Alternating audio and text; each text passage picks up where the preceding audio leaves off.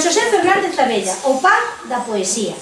Abella é un poeta de verdade, vive xusto no epicentro, no corazón da poesía. A súa escrita zumega autenticidade por todas e cada unha das palabras, das estrofas. Os seus versos rexos, fortes, vigorosos, a vez que delicados, amorosos e reivindicativos, forman parte de nós, como pórtico da gloria. A súa voz poética é todo un estralanto melódico, armónico de tesón e paixón. Hai unha cousiña aínda mellor que ler Abella, escoitalo. Está demostrado polos investigadores da Universidade de Santiago de Compostela o movemento da terra detense cando recita o noso egrexio poeta.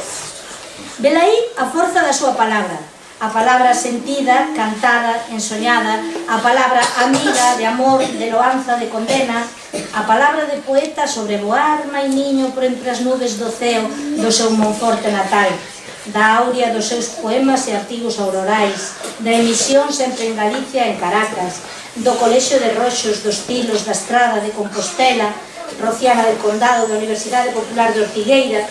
A palabra do mestre é todo un deleite para os sentidos, ética e estética ao servizo de Galicia. Abella é único. Como di Xesús Alonso Montero, non hai en Galicia hoxe un poeta celebratorio da magnitude e diversidade de Fernández Abella. Quizáis non o hubo nunca.